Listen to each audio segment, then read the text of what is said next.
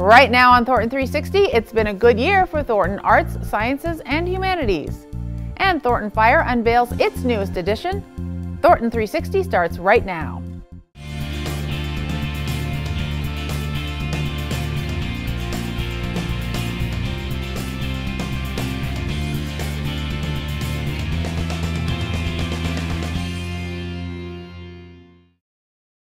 Hello and welcome to Thornton 360. I'm Lisa Wilson.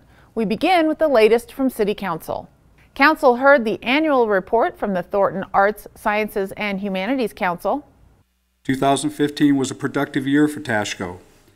We received $38,391 in grant funding from the Scientific Cultural Facilities District for our programming, which now contributes to a 10-year grant funding total of $630,075. We had a total of 27,069 people of all ages who attended TASHCO-sponsored events in 2015. I would like to take an opportunity to thank staff, the Department of Community Services, and the Arts and Culture Division for their support and assistance. Please allow me to additionally extend our sincere thanks to City Council for their contribution in making Thornton a great place for the arts. This enhancement to the quality of life for our citizens results directly from the quality of your leadership. Thank you. City Council also approved a resolution urging the state's General Assembly to reclassify the hospital provider fee as an enterprise fund. I used to use a real simple analysis of how Tabor works and how you get it through there.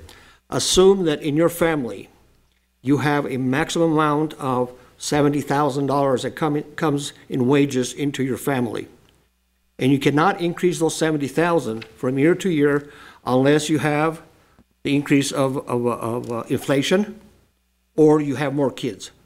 That's the only way you can increase those $70,000. And then all of a sudden you have your kid that turns 18 and he goes out and gets a job and he earns another $10,000. He brings them home into the family. Now you've gone over the 70. You've gone over the Tabor limit because you've increased over 10,000. He gets to keep that money, but now you have to give back 10,000 out of your 70,000. You have to give that back because you've gone beyond the Tabor. That is what the provider fee has done. It's brought in, and they're estimating close to $200 million a year into the city, into the state funds, to be used specifically only for the hospitals, but because it comes in through the general fund, it pushes Tabor up. Now, the refund that we're all getting now has to come out of the general fund. And it's causing problems not just with higher ed, of course, that's a huge amount, but with K through 12, with transportation funding, with all of these other sources that we should be funding out of our general fund at the state, and instead, you know, this is sitting in that fund where it shouldn't be. So I was very happy that the council agreed to pass this resolution tonight. I know the House side of the state legislature is looking at doing something about this. The Senate side's given us fits a little bit. So, you know, if I need to, or I'm sure most of us, Val included, will go down and testify at the Senate to try to convince them that we do need to move this into an enterprise fund. And so thank you for sitting through that, but it's really, really important to the whole state that we get this passed. To see the entire Thornton City Council meeting, tune to Xfinity Channel 8 or visit cityofthornton.tv. Thornton's annual street rehabilitation program is underway. Crews will be working through October to make your drive smooth and safe. What this program does is touch every street, alley, and parking lot in the city of Thornton within 5 years. Whether that be crack seal, paving, overlay, just new sealing the streets and parking lots, it will get it all touched.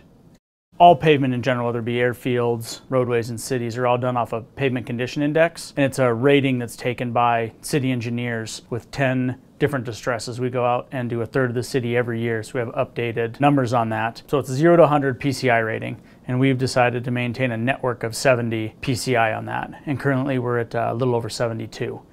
We're going to start this year's paving program in beginning of April, so you'll see us out and the detour signs up and construction ahead signs starting in April, and we will run all the way through the end of October. You know, it's a minor inconvenience when we're out there paving everything. But when you see the end product, you know, the road's smooth, no potholes, no cracks, no jarring bumps. It's a nice, comfortable drive. Being a proactive approach and taking it little bit by little bit, you're saving yourself a major headache down the road. With this even keel project, we're moving across the board at an even rate every year that will maintain those roads, so you don't have really good roads and really bad roads. They're all going to be a high average road. For more information, go to cityofthornton.net. Thornton's Click and Haul program is proving to be a popular one. More and more Thornton residents are taking advantage of this unique disposal service. Here's what you need to know. It's a year-round, appointment-based curbside service, so it's really convenient for the residents. Has an awful lot of other positives as well. You simply go online, or if you need to, you can call us and schedule the appointment in advance. It's great for such things as remodel, for large furniture, for appliance removal, maybe some yard work as well. And it's all curbside, so all you're doing with your items to get them ready for us is putting them at the curb, and then we come by on your scheduled day. This convenient service is $65, and $65 buys you service in the amount of up to 2 pickup loads. If you do a comparison to haul a pickup load of debris to the landfill gate fee is at least $75. If you did a comparison to a private hauler and they were doing a similar service on the curb, at least $100 for that service. The billing works with the city's utility billing. Folks are billed after the service is rendered. It'll come on their water bill. The water bill includes the trash service as well, but you'll see a click and haul service fee there afterwards. So there's no money exchange. It's later on a utility bill. The convenience of being able to schedule your appointment online anytime during the year is huge. You don't have to wait for a certain time for my truck to show up. It's a great service. And there's an electronic recycling event on March 26th. Adams County residents can drop off TVs, computer monitors, DVD players, and other electronics between 9:30 a.m. and 2:30 p.m. at 9755 Henderson Road in Brighton. Fees apply, so go to cityofthornton.net for more information. The City of Thornton is working with Federal Heights and North Glen to develop an updated hazard mitigation plan. Participating in the process, which all residents will be welcome to do, and being informed about the kind of hazards that exist here and their potential intensity and frequency and the kind of damage that they can cause will enable residents to make their own decisions in regard to what they might wish to do to improve their own properties or improve the awareness of their own families. To find out more, go to thorntonhmp.com. An entertainment complex is coming to Thornton. It'll include a bowling alley, laser tag arena, video games, and restaurants. We have an exciting new business coming into the city. The Summit Entertainment Group is building a 50,000 square foot entertainment complex up on the southwest corner of 144th and Washington Street.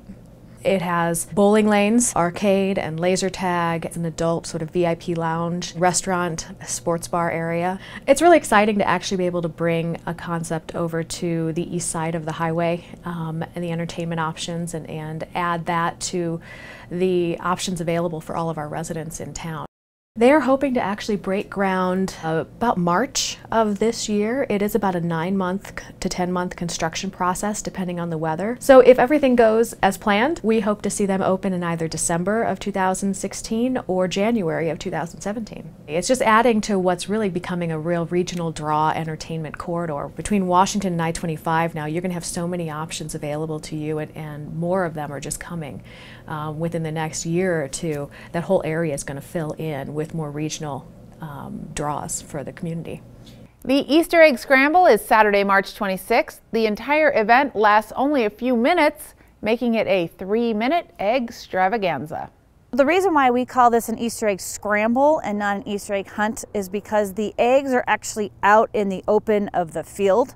There are 4 age groups, and so all the kids are divided into a walking to 2, a 3 to 4, 5 and 6 and 7 and 8-year-olds. We call it the 3-minute extravaganza because it is really 3 minutes. By the time the horn goes off at 10 o'clock, Don't be any later than that because it's over within 3 minutes.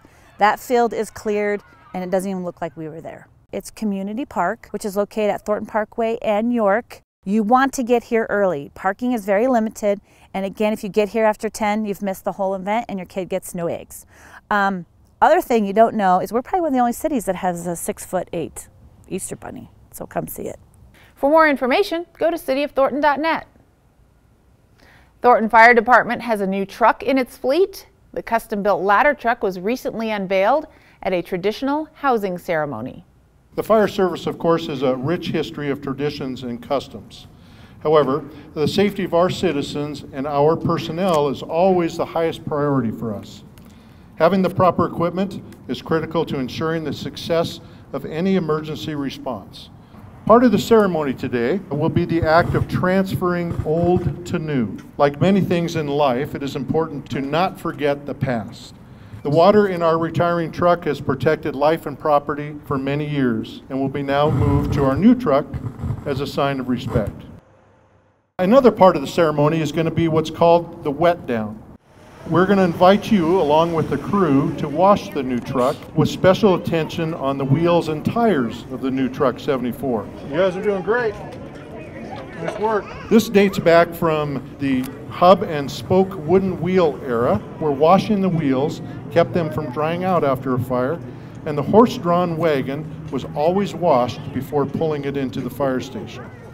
The final part of this ceremony, which again we'll ask you to help us with, is the housing ceremony part called the roll-in. This involves having the firefighters push the new apparatus into the firehouse. This is a fire service tradition that dates back into the 1800s, when horses were not adept at backing up. Our city and you, the community, provide us with the necessary apparatus to perform safely and effectively, and the competent people to operate it. So we thank you and honor you in return by showcasing this truck in this unique way. Welcome aboard to the new Truck 74. Truck 74 in service, available in quarters, ready for the business of many years of service for all those that live in our city and have passed through our city. That's it for this edition of Thornton 360. I'm Lisa Wilson.